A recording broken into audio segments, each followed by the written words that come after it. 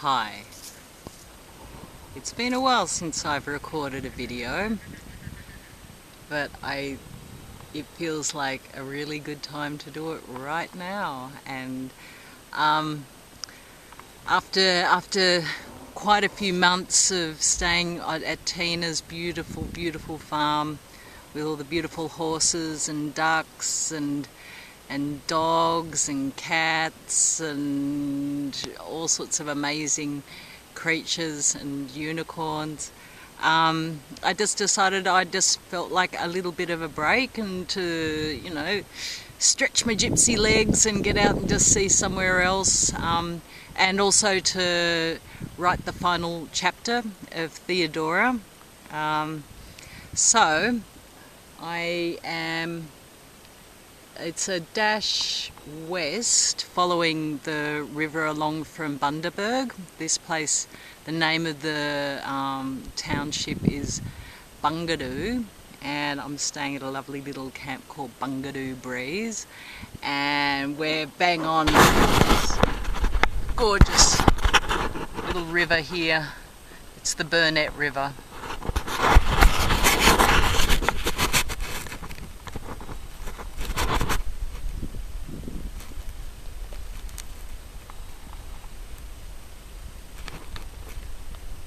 And I'm camped like up the top.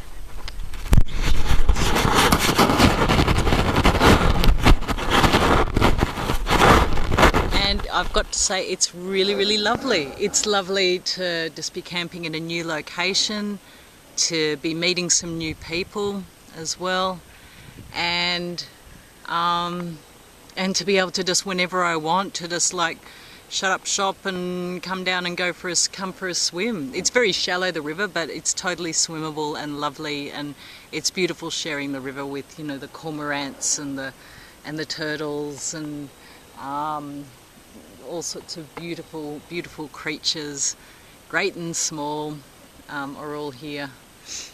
And so the conclusion for Theodora, before we move on to the final stages of publishing, the conclusion chapter is about freedom, which is a quality of the seventh ray, which is the violet ray, which is, as many people know, the violet flame is an amazing transmutational tool that we can use to clean our spiritual bodies. We clean our physical bodies every single day, but we're not really taught how to address the cleansing of our higher bodies, of our emotional body, our thought body, and our identity body, the whole of our soul bodies. And this is where the violet flame comes in. I heard about it maybe 10 years ago. Well, once I sort of left the city and I met people up in sort of the hippie sort of alternative regions of Wollumben, and I met people who worked with the flame, and there was one woman in particular, like she just knew that's why she was on the earth, and she she wore purple all the time. Even her eyes were sort of like violet in colour. It was quite amazing. But she just knew her purpose was just to invoke the flame for others, and she did it for me, like without even knowing me. She was invoking the flame for me because she could see how much I needed that help to clear my bodies of a lot of it's called effluvia, the waste from energies which we've created, and also energies which just get put upon us through unfortunately through just being in city environments. Is that it's just like living in a sewer sometimes in there, unless you can create your own little oasis and learn how to deal with it in a healthy way, which I hadn't worked out how to do that. I just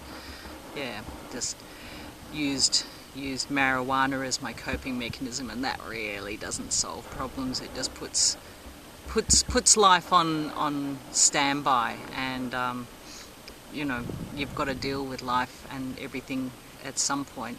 So anyway, and then also, you know, sadly sometimes through, you know, fights that happen and relationships coming to a close, connections coming to a close, sometimes some hatred can come in there, and, you know, negative energies get projected upon us without us even asking for it. So we need to constantly keep cleansing ourselves, and that's what the violet flame is for. So when I invoke the violet flame, I say an invocation, and I call upon Saint Germain and several other ascended masters to invoke the flame. And while I'm doing it, I just sort of close my eyes and I just visualize, and I can see like violets swirling around me, and I visualize the flame like moving in different directions, maybe through the body, maybe I see it spiraling. Sometimes, you know, I pick up, you know, the energy from my body and throw it into the flame.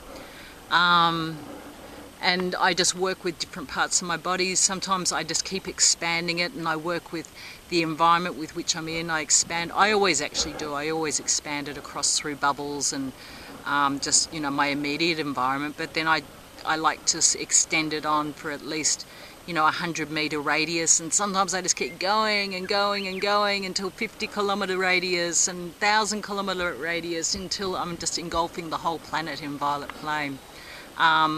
And I can also, you know, anyone can do this. You can direct it to a person or a region that you know, you just feel like directing the energy, you know, the beautiful cleansing energy to. And there's nothing yucky about it. It's not like, you know, someone's making, if the violet flame is directed towards you, it's not, there's absolutely nothing being put upon you. All it's doing is just like clearing away that which you can't see, that which you're not aware of. Like, it's just, it's like if you've got like a bit of goop in your teeth, or, you know, a booger hanging out of your nose, and someone says, hey, like, you know, and you can clean it away because you weren't aware of it. That's all the violet flame is doing. It's just cleaning up, just cleaning. Yeah. So while here, and embodying the spirit of freedom, which is the quality, one of the qualities of the seventh ray, the violet ray. This happens to be a camp where I'm allowed to, like, where people are allowed to go nude. It's not an official nudist camp. It's actually just a place where, like, you know, whatever you want, you can wear clothes or not wear clothes. You can, you know, there's just absolutely, there's no rules. And it's really lovely because the people I've met so far are all just, you know, there's only one other couple camping here, and they're just an old couple, and there's absolutely nothing to it. Like, you know, they just want to be comfortable and cool, and also, yeah, the old fella said he wanted to, you know, on his bucket list, he wanted to be able to experience being nude in nature. And yeah, so it's just nice to be able to just talk with people and not be wearing the costume. It's amazing that no matter how preconceived it is, even, you know, we all have a costume, and we put on costumes constantly, and the clothing we wear, the way we do our hair or makeup or whatever it is, if we choose to be conscious of these sort of things, that's all a part of that costume. So, you know, my costume is a bit hippie looking, you know, a bit alternative looking, and it's funny to meet people when they've got no costume on, and I haven't either. And so then there's nothing to sort of make you think or wonder, like, you don't project upon that person like who you think they are. So, you know, this old couple, like, I from looking at them, like, they were nude, like, there's no way of me knowing, you know, what sort of, whether they come from, you know, like a slightly richer background, or whether they're farm sort of people or beach or whatever. It's just, you know, I can't project anything. And that's lovely. It's lovely to sort of shed the costume and just be natural. So I think that'll do. I don't really have anything more to say. But Meanwhile, I'll just work on, truly being free, which, is way more than being nude, of course. It's just being free, freeing the self from all the limitations that I put upon myself, or anyone puts on themselves. The limitations that come from without and the limitations that come from within. So I continue on the journey of bringing that sense of absolute presence into everything and everywhere I go with everyone, because I can see that it's without presence that's when we sort of lose ourselves, and we handing over our minds and our lives to the ego, which really, the ego doesn't care less about us. The ego's entire MO is to distract one from oneself. So freedom is being able to be free of that. So with that, I'm going to say goodbye, farewell, adieu, and be free.